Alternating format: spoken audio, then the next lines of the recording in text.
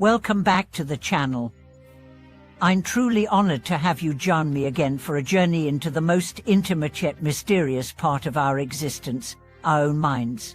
Have you ever wondered why the same external situation can feel peaceful to one person but unbearable to another? Why two people can walk through the same storm, yet only one feels drenched in despair?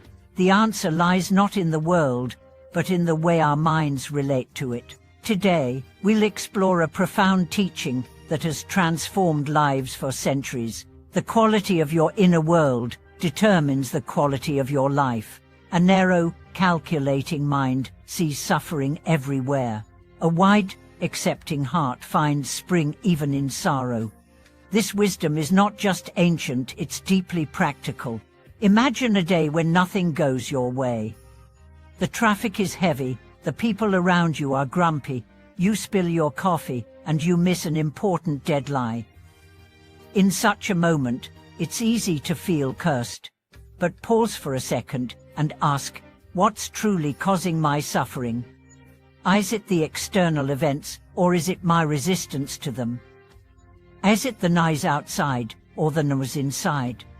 This is where the mind reveals its incredible power, not just to perceive reality, but to shape it.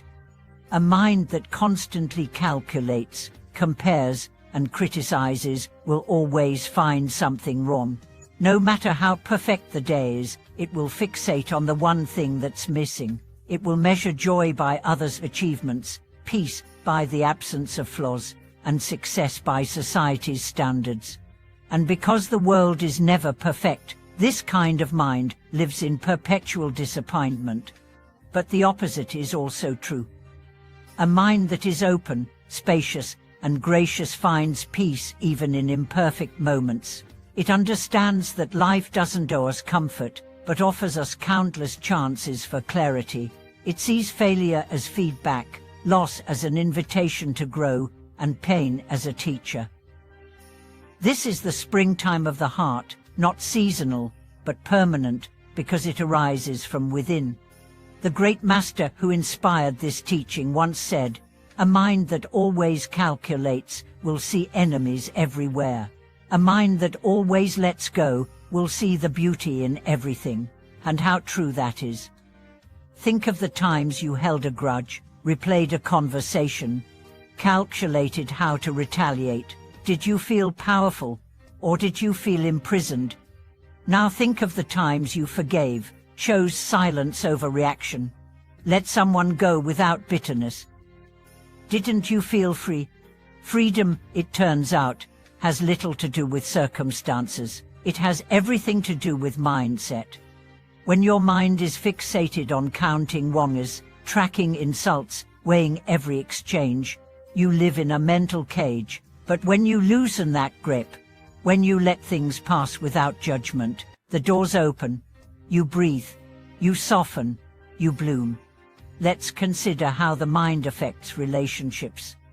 A suspicious mind cannot love fully. It is always watching, always doubting, always bracing for betrayal. Even the kindest gesture feels threatening. Even the warmest smile feels manipulative. Such a mind projects its inner fear onto others and calls it reality. On the other hand, a trusting mind doesn't mean blind naivety. It means clarity.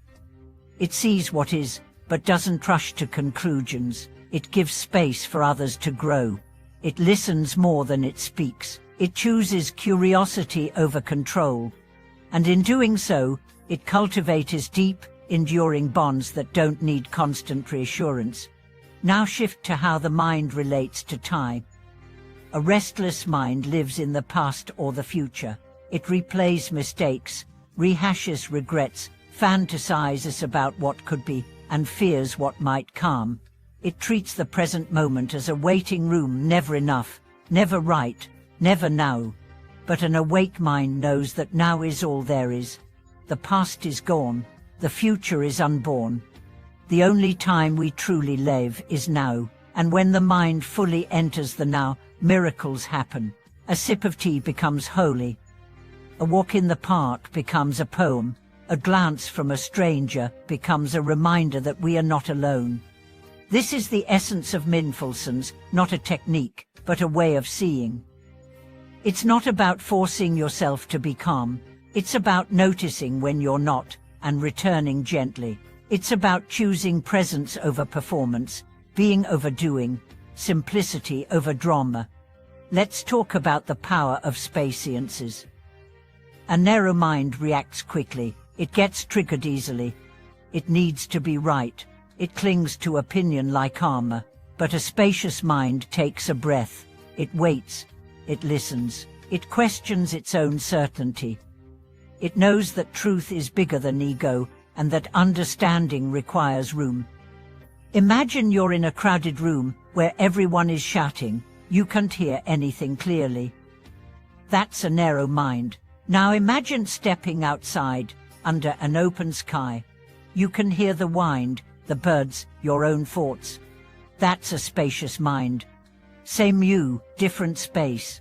This spaciousness also applies to how we deal with ourselves.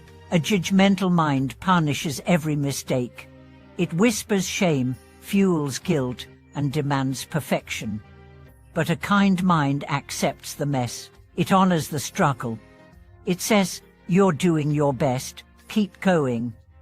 And from that kindness, true transformation begins, not because you're forced, but because you feel safe to grow. Many people think self-improvement requires harsh discipline, but real change comes from compassion. When the mind is bathed in gentleness, it unfolds naturally. It stops fighting itself. It starts cooperating. And that cooperation leads to deep healing. Think of a flower. You don't force it to bloom by pulling its petals. You give it sunlight, water, and time. The same goes for the mind. It doesn't open through pressure, but through patience. Let's also explore the connection between inner and outer worlds. The more peaceful your mind is, the more peace you spread. Your energy affects others more than your words. If your presence radiates calm, people feel safe around you. If your eyes reflect kindness, others soften. If your voice carries understanding, conflict dissolves. This is how inner work changes the world. Not through slogans or lectures, but through energy, presence, and being. A calm mind becomes a refuge for others. A joyful heart becomes a lighthouse, and a wise soul becomes a silent revolution. Of course, the mind isn't easy to train. It's like a wild horse, powerful, restless, easily spooked. But with steady practice, it can become your greatest ally. Through meditation, reflection, and intentional living, the mind can shift from chaos to clarity. So begin where you are.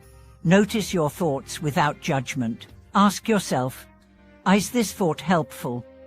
Is it true? Is it kind? Breathe before you react. Listen before you speak. Observe before you assume. These small shifts create great peace. And when you fall back into old patterns which you will, don't scold yourself. Just return. Again and again. Like the tide, like the breath. Awareness is not about perfection. It's about returning. Thank you for watching this video. If you've ever felt the shift from chaos to clarity, from tension to ease, from fear to trust, share your story in the comments. Let's remind each other that peace is not a destination. It's a choice we make, moment by moment, with the mind we bring to life.